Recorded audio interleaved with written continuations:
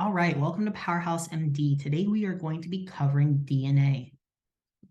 We're going to start with our usual case presentation. A 21-year-old man presents to his clinician with complaints of shortness of breath for the past month. On first glance, the patient has a narrow chin and prominent nose and ears, with a butterfly rash on his face. The patient has a history of recently diagnosed diabetes mellitus and has had recurrent infections growing up. On exam, the patient is in the 40th percentile for both weight and height. His heart rate is 86, BP 126/88, respiration is 20, and temperature is 98.6 Fahrenheit. Spirometry shows increased total lung compliance and an FEV1 FEVC ratio less than 0.8. What condition is the physician expecting the patient to have? All right.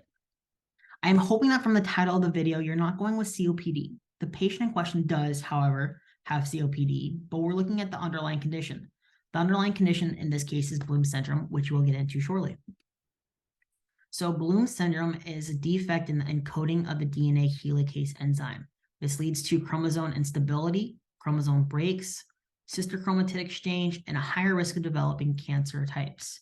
So this is an autosomal recessive disorder caused by mutation of both copies of the BLM gene encoding the BLM helicase at chromosome 15q26.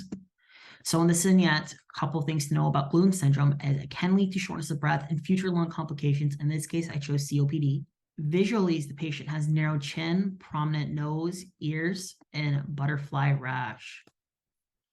The patient also has a history of diabetes, which is a complication of Bloom syndrome, as well as recurrent infections. Typically, Bloom patients are going to be small and short stature for their age, hence why I gave a 40th percentile for weight and height. And again, just going back, tying in the lung complication being COPD, which we'll cover the COPD specifics in the future, but these are generally characteristics of COPD. It is important to differentiate between systemic lupus erythematosus, which is usually seen in females because it is an autoimmune condition. Also presents with a butterfly rash on the face.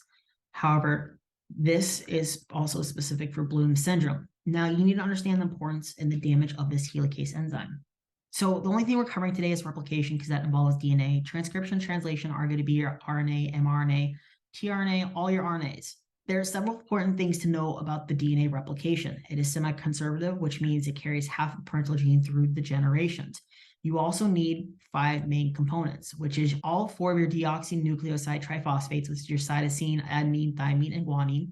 You also need a fragment of DNA to act as a template, hence the semi-conservative nature. You also need your DNA polymerases, both 1, 3, alpha, delta, depending if it's prokaryotic versus eukaryotic. You also need your magnesium ions and a primer providing a free 3' OH group. So that way you can continue the DNA replication on. So the backbone of replication, you have your origin of replication, which is the designated sequence in the genome where replication begins. This is a single location in prokaryotes and multiple locations in eukaryotes. You also have your replication fork. This is a fork in the road, essentially, along the DNA template where both the leading and lagging strands are synthesized. You also have your helicase, which we just talked about being defective in Bloom syndrome. This unwinds the DNA template at the fork. You also need your single-stranded binding proteins. The importance of this is it prevents the strands from reannealing or degrading by nucleases. You also have your DNA topoisomerase 1 and topoisomerase 2. One creates a single-stranded break, 1 for single, which allows it to add or remove supercoils. DNA topoisomerase 2 does the same, however, does a double break, 2 and 2, of the strand, also adding or removing supercoils. In prokaryotes, though, DNA topoisomerase 2 is DNA gyrase, which comes in handy when you have infections or antibiotics, which we'll cover in the future. You also have a primase, which makes an RNA primer for DNA polymerase 3 or delta in eukaryotes, where it can start replication. DNA polymerase 3 or delta alongs a leading strand by adding deoxynucleotides to the 3' end and with the lagging strand just until it reaches the next primer. It also has the ability to proofread 3' to 5' as exonuclease.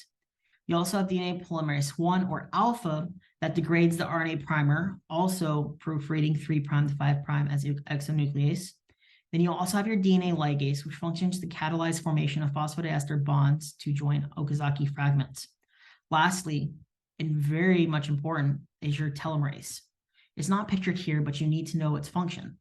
It is only found in eukaryotes. It acts as a reverse transcriptase that adds DNA to 3' ends of chromosomes. This function is best seen in an ability to avoid loss of genetic material with every duplication. So unfortunately, there's also DNA damage that can occur. Depurination is the breaking of glycoside bond between base and sugar in purine nucleotides. The base is essentially lost, and if it persists through replication, the mutations can occur. You also have deamination, which is the loss of amine group from a base. So cytosine deaminates to form uracil, but this is easily fixed in DNA because uracil doesn't belong as part of your RNA. However, you can also have 5-methylcytosine deaminating to form thymine, which can create a mutational hotspot. Then you have oxidative damage, which is basically production of reactive oxygen compounds due to oxidative metabolism. For example, oxidized guanine will mispair with adenine and cause a potential transverse mutation.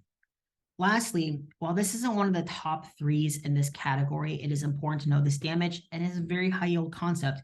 You have UV light. UV light can lead to covalent linkages between adjacent pyrimidine bases on the same strand. This is known as pyrimidine or thymine dimers. Again, really high yield point, so please make note of that. Lastly, we're going to be covering DNA repair. So excision repair mechanisms would be your nucleotide and your base excision. They involve recognition of damage, recruit endonucleases, the region is excised, you have DNA polymerase filling the gap, and ligase sealing the nick. So the first excision repair is going to be nucleotide excision repair. This can lead to xeroderma pigmentosum, which is an autosomal recessive mutation with locus heterogeneity, leading individuals to have extreme sun sensitivity and as well as having ocular involvement. Next, you have base excision repair, which nucleotides can be removed by DNA glycosylase. Lastly, you have mismatch repair. As it is named, mismatched bases are recognized and excised, especially removing small repeats that tend to expand. If something goes wrong with mismatch repair, this can lead to hereditary non-polyposis colon cancer. This occurs if there's an error specifically in the MSH2 gene and results in microsatellite instability. This topic will be further elucidated in GI playlist. But this is all you need to know about basic DNA. Again, there will be another video covering transcription and translation. They will be in the same video because we're going to cover everything you can know about mRNA and RNA in that video. So I want to thank you for tuning in. Please like and subscribe and stay tuned for future videos.